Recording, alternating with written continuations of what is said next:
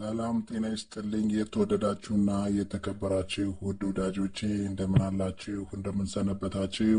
እግዚአብሔር ይመስገን እኛ በጣም ደህና ነን። ዛሬ ደግሞ ከባለፈው የቀጠለ ደግሞ በጣም ጥሩ የሆነ ነገር ወደ እናንተ አቀርብላችኋለሁኝ ማለት ነው። ባለፈው ሁለት ቪዲዮዎችን ለቅቄላችሁ ነበረ። ማለት ሶስት ቪዲዮዎችን ማለት ነው። አንደኛው ያው የተቃራኒ ጾታን ለማማለል በፎቶ እንዴት እንደሚሰራ ማለት ነው። በሁለተኛ ላይ ደግሞ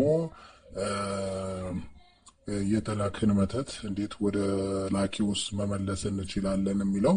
ዛሬ ደግሞ ሌላ ቁጥር 2 የተላከብንን ክፉ መተት ወይም ደግሞ በእኛ ላይ ክፉ ያደረጉት ሰዎችን የላኩትን መተት ወይም ድግምት እንዴት አድርገን ወደ ራሳቸው መመለስ እንችላለን ወይም ደግሞ መቀልበስ እንችላለን የሚለውን እናያለን ማለት ነው።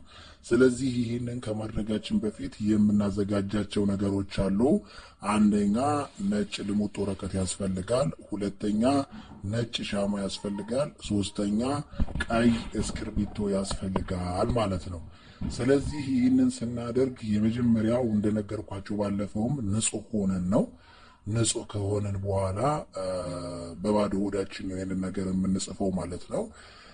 ስለዚህ በቀይ እስክሪብቶ ላይ የሰዎቹን ስም እንዳለ እንጽፋለን ማለት ነው። ያ ማለት የምንጠረጥራቸው በእኛ ላይ ሊያደርጉብን ይችላሉ ብለን የምንገምታቸውን እንጽፋለን ማለት ነው። ይሄ ማለት በስራ ቦታችን እንቅፋት የፈጠረብን፣ ህመምተኛ የሆነን፣ ጤና ያጣን፣ እንቅፋት የበዛብን ሰዎች ከበስተጀርባ የተደበቀው የተሰወረው የጠላት መንፈስ ሊኖር ስለሚችል ያለምንም ምክንያት ይህንን ነገር ማድረግ ይጠበቃል ማለት ነው። እዚህ ላይ ግን አንዳንድ ሰው እንትን ሲሏችሁ ሲጠይቋችሁ ወይም ሲነግሯችሁ ምን ይላሉ?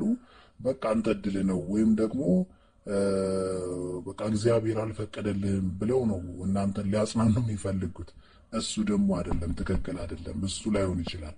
በእርግጠኝነት የምንነግራችሁ እግዚአብሔር በምድር ላይ ሲኖር የራሱን እድል ሰጥቷል። ግን እድልህን ወይም እድልሽን ግን ሌላ ሰው ይወስደዋል ማለት ነው፣ ይጠቀምበታል። በአንቺ ላይ ወይም በአንተ ላይ ክፉ ነገር አድርጎ ያንተን እድል ወስዶ ሀብት ከሆነ ሀብትን ይወስዳል፣ ትዳርህን ከሆነ ትዳርህን ይወስዳል፣ ትዳርሽን ከሆነ ትዳርሽን ይወስዳል፣ ውበትሽን ከሆነ ውበትሽን ይወስዳል፣ ጤናሽን ከሆነ ወይም ጤናህን ከሆነ ጤናህን ይወስዳል።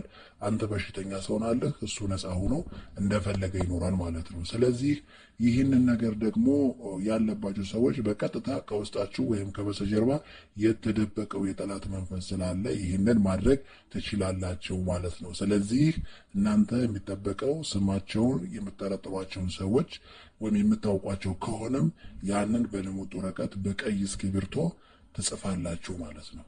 ስለዚህ ከዛ በኋላ እንዳለ ስማቸው ላይ የሻማውን ሰም እንዳለ አንጠባጥባቸው ስማቸውን ከሸፈናችሁ በኋላ ወረቀቱን ጠቅልላችሁ በቀጥታ ይዛችሁ የምትሄዱት ወደ መቃብር ቦታ ነው ማለት ነው።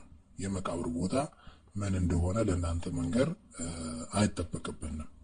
ስለዚህ ያንን ወረቀት የተጠቀለለውን ማለት ነው በሰም የሸፈናችሁትን ወረቀት እንዳለ ጠቅላችሁ በቀጥታ ይዛችሁ ሄዳችሁ የመቃብር ቦታ ላይ ጥላችሁት ዞራችሁ ትመለሳላችሁ ማለት ነው።